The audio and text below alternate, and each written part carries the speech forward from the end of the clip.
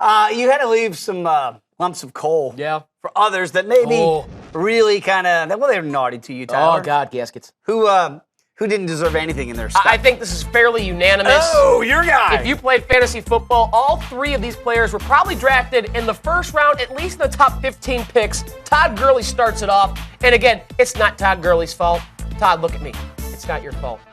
845 rush yards, 6 touchdowns, no games with 100 yards rushing, and he played the San Francisco 49ers twice this season.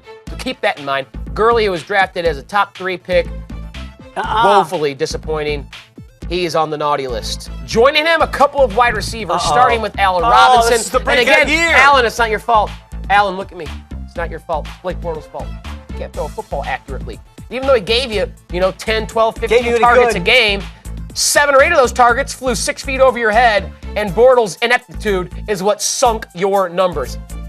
And like Allen Robinson, let's go to H-Town, Houston. Again, DeAndre Hopkins, it's not your fault. We know Nuke is a beast. Look what he did last year with a hodgepodge of QBs. TJ Yates, Ryan Mallett. I mean, get out of here. The guys he had thrown in the football last year. And Brock Osweiler couldn't maximize what Nuke was able to do.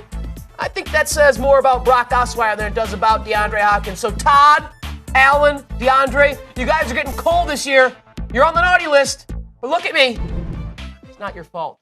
I still love you. You're still great fantasy talents, and I'll hope for a bounce back in 2017.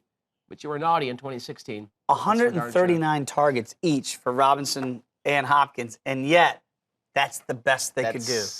Because of circumstances. Not your